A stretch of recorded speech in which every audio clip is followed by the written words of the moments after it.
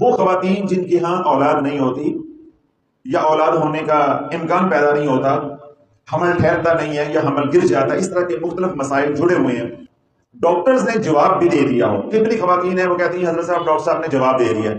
تو میں پھر آگے سے ایک بات کہتا ہوں، ڈاکٹرز نے جواب دیا ہے. ڈاکٹرز کو جس نے بنایا ہے، پیدا کیا ہے، تخلیق کیا ہے، اس حکیم نے تو جواب نہیں دیا نا. یا تو اللہ نے جواب دے دیا ہے تو پھر بات کریں، ڈاکٹر نے جواب دے دیا، اس کی کوئی حیثیت نہیں ہے.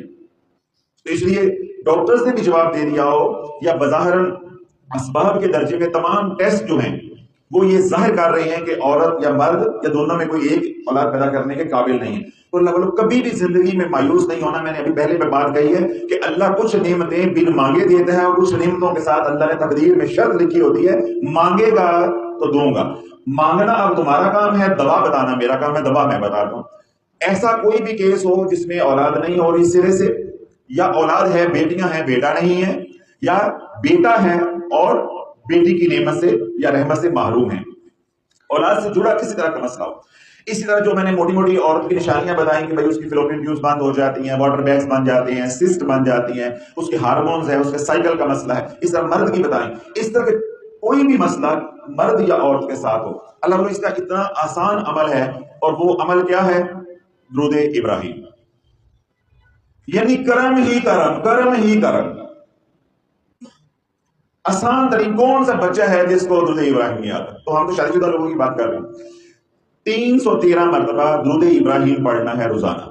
اور اس کے پڑھنے کا طریقہ کیا ہوگا کہ اس عمل کو کریں شب جمعہ کو، یعنی جمعرات کا دن ہوگا اور جو رات آئے گی اس کو کیا کہیں گے؟ شب جمعہ. یا پھر آج جس طرح اتوار کا دن ہے، رات کون سی آئے گی؟ سوموار کی. یعنی شب پیر کو یہ عمل شروع کریں گے، اگر نہ کر سکے تو پھر شب جمعہ کو. اب عمل کرنے کے لیے دونوں میاں بیوی جو ہے وہ غسل کریں، دوپہر کو غسل کر لیں، اسی وقت رات کو بعد نماز عشاء عمل کرنا ہے تو اس وقت غسل کرنا ہے. عورتوں کو ذرا مشکل ہوتی ہے، بال نہیں سوکھتے، اسی وقت کرنے، کوئی اس میں دقت نہیں، کوئی پریشانی. تو پہلی بار درود ابراہیم پڑھنا ہے 1000 مرتبہ. کتنی بار؟ 1000 مرتبہ.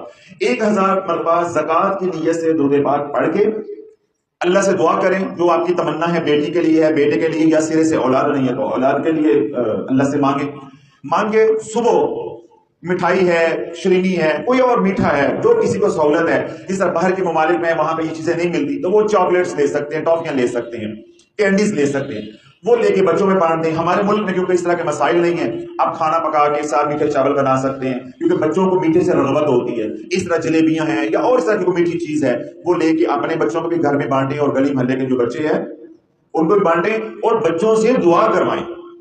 بچوں کو میٹھا بانٹنے کے اندر جو حکمت ہے وہ آپ نے کبھی سمجھی نہیں ہے. یہ آپ لوگ پیروں سے سنتے ہیں کہ